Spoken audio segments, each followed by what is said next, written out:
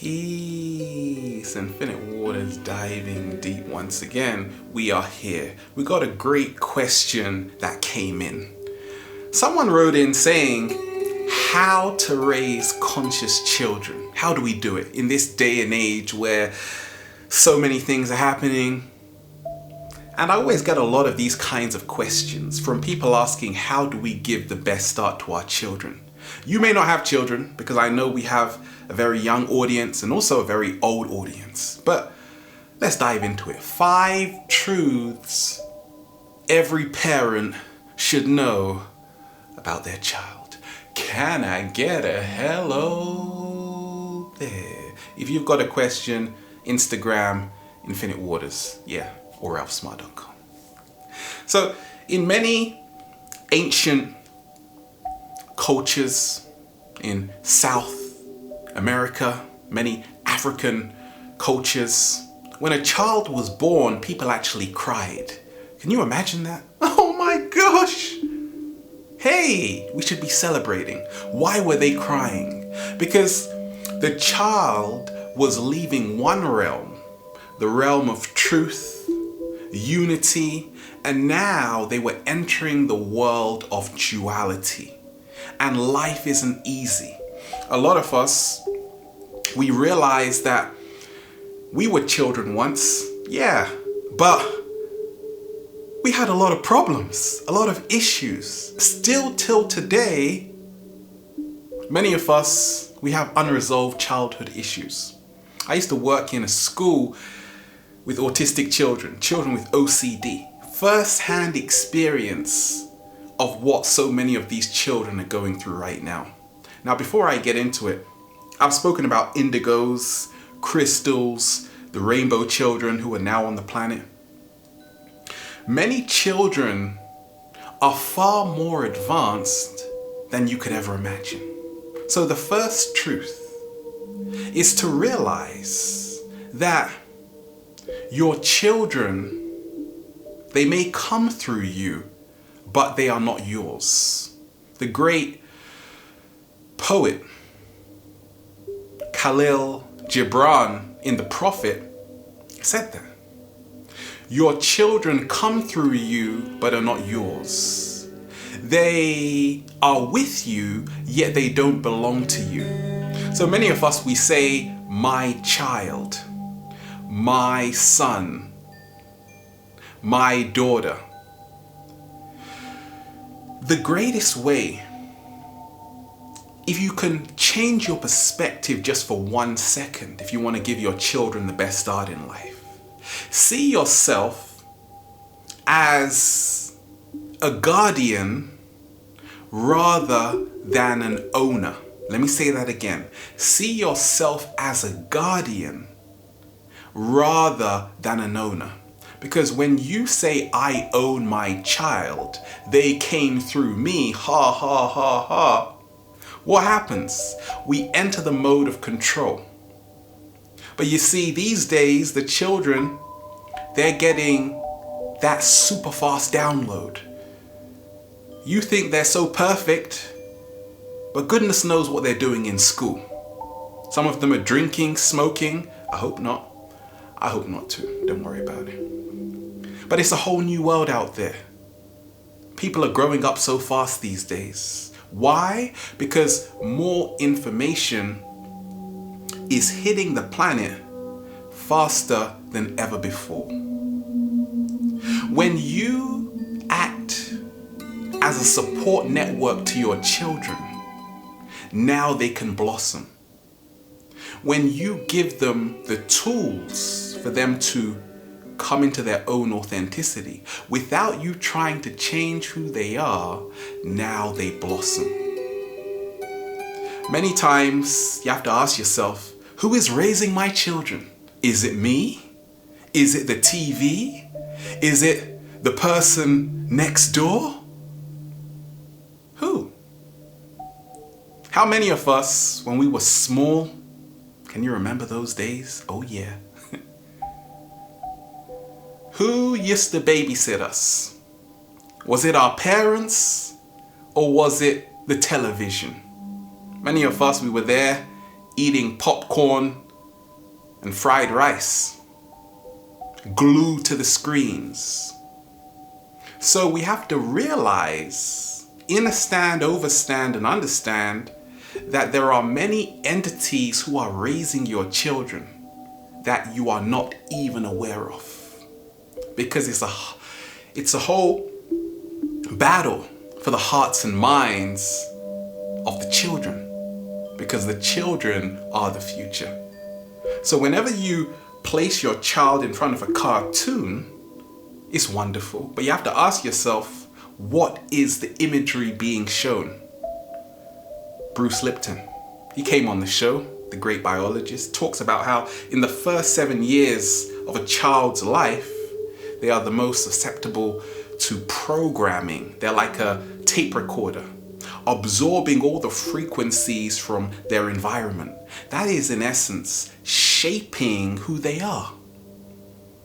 So many times you have these subliminal messages put into the cartoons because the people that make these cartoons, they know that a picture is worth 1,000 words. So as a parent, what you want to do is give your child the most uplifting imagery.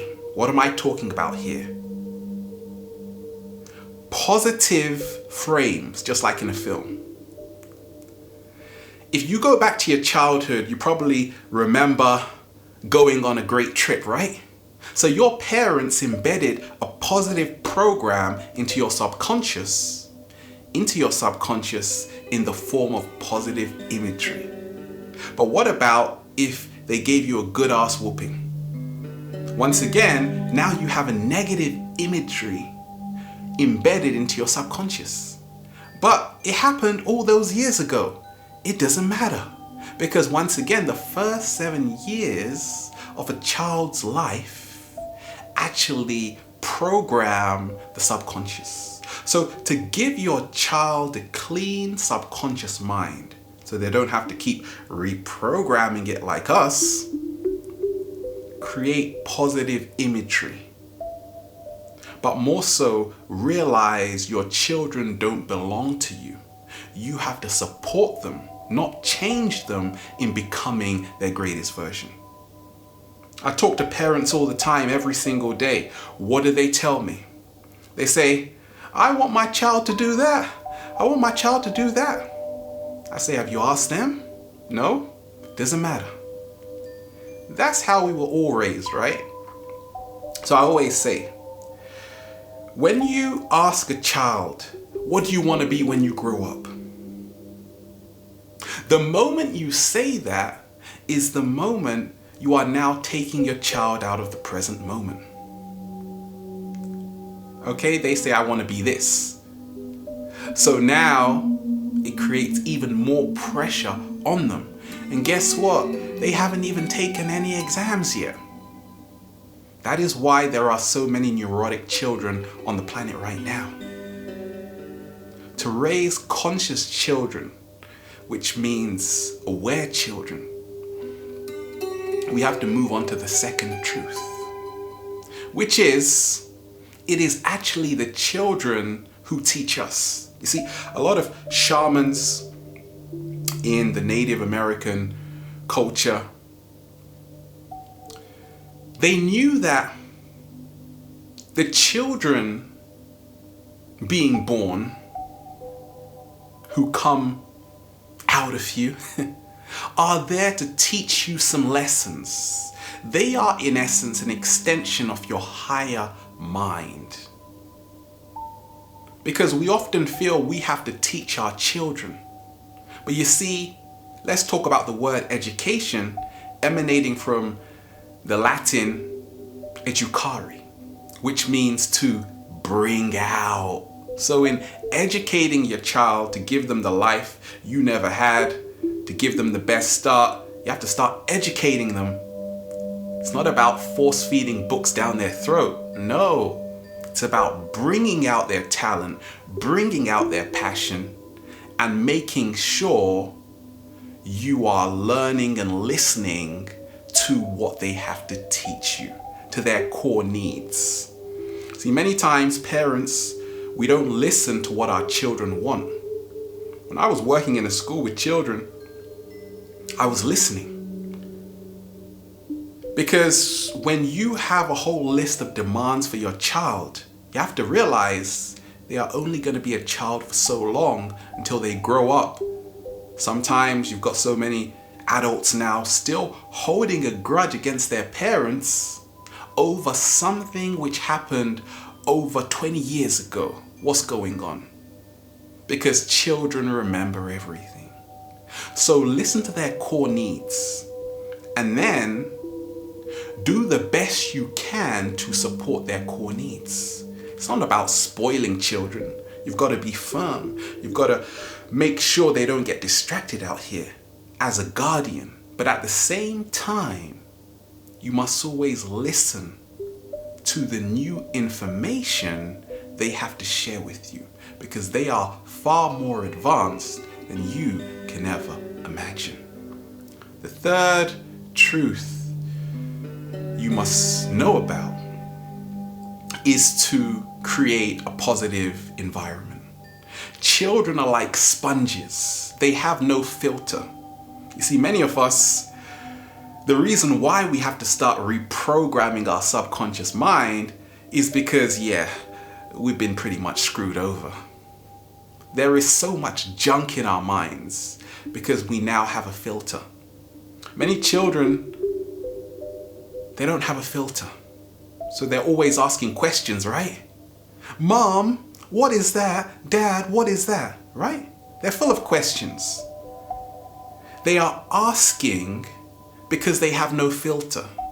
That is what we would all be doing if we didn't have our filter in place. So we have to create a positive, loving, warm environment for the child to grow. If we listen to their questions, okay, sometimes it can become a bit overwhelming. They ask a question and we don't really have the answer. They ask a question. Now go into it. Say, why are they asking this question? Always ask why. What is the deeper meaning? Because you are seeing your child in a whole new way. You now have more appreciation towards them. Not just shut up. Do you know how many parents I saw just dump their children off to school?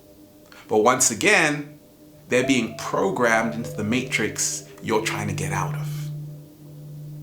In essence, we're only sending them to the slaughterhouse. But if you want to give your children the best, once again, you have to start working on yourself. Asking yourself, am I creating a positive environment within myself? Am I loving myself 100%? Am I in a positive relationship? Because if a child sees you arguing all the time, what's going to happen? They're going to now use that as a justification to argue with their peers in school. They are now going to use that as a justification to not love themselves 100%. They come into school, they say, mommy and daddy is arguing.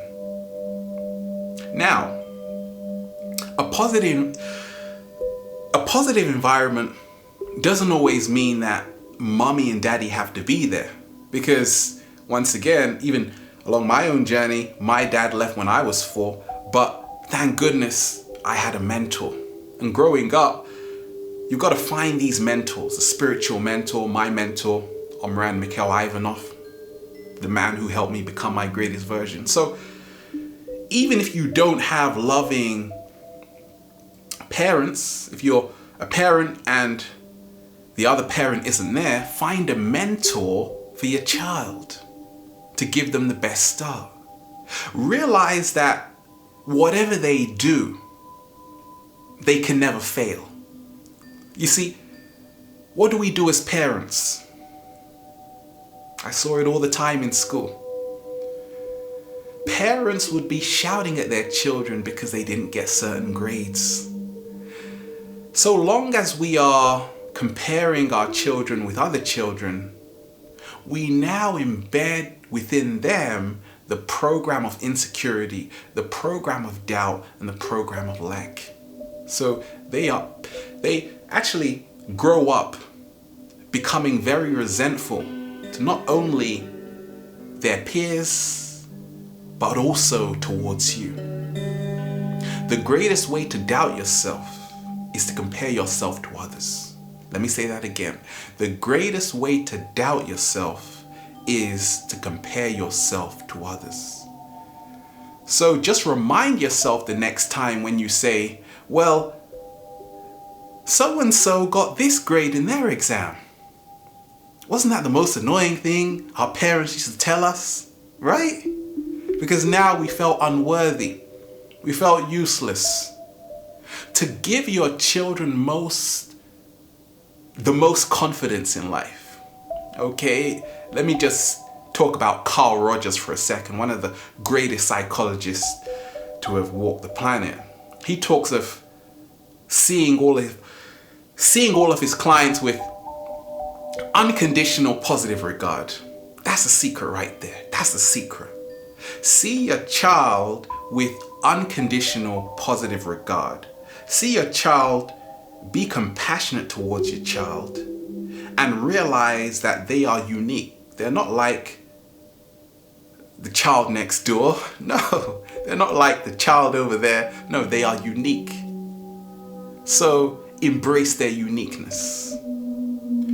The fourth truth is to create time, create more intimacy with your children. Many times we don't even have time for ourselves. And that's what a lot of people are dealing with. Time is money. So you may be having you may have no time right now, okay? That means who is going to be raising your children? The teachers in school, me. Other people, the TV. So guess what? They become more distant. Your relationship becomes more distant because now you've got a gap. So to close the gap, I grew up, my mom, we had to eat on the table every day. Gotta love family, right? But it's wonderful when you can do that, when you can make time for your children, when you can create a positive space, when you can be a role model.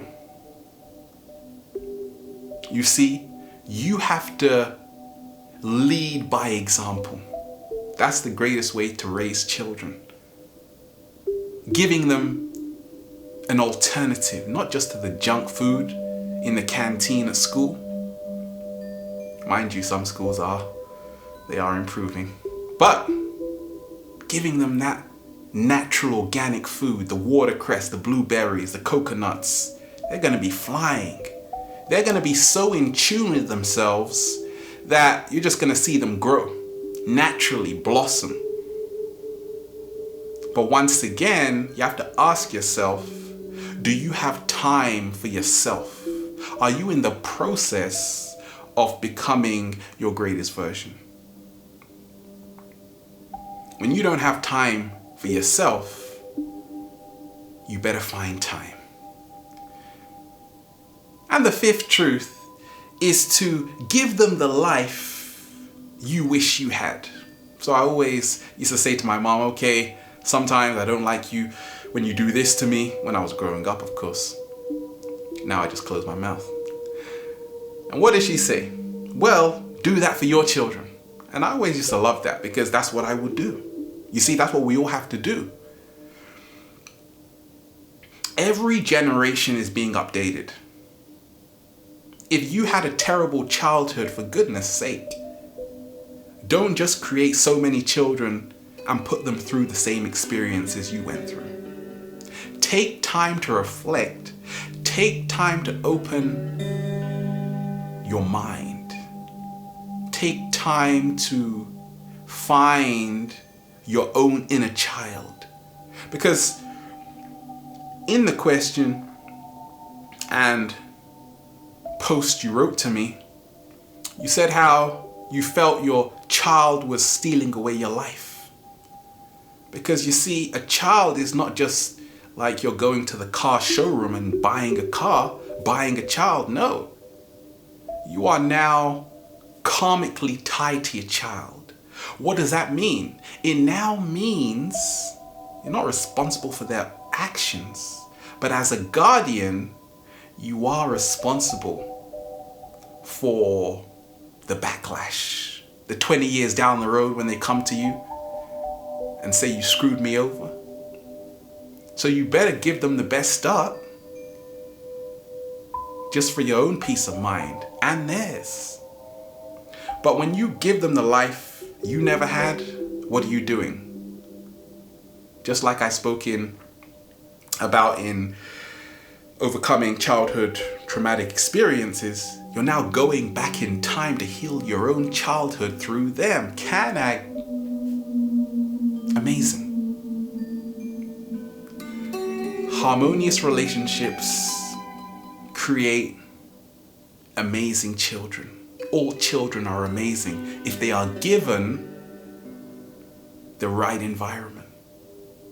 If they are given a mirror to see their true worth. So there you have it. To raise conscious children, you have to ask yourself the one important question. Am I conscious? And am I allowing my child to reveal themselves to me? Have a wonderful day. We are out here, infinite waters, diving deep. Once again, stay well, stay healthy.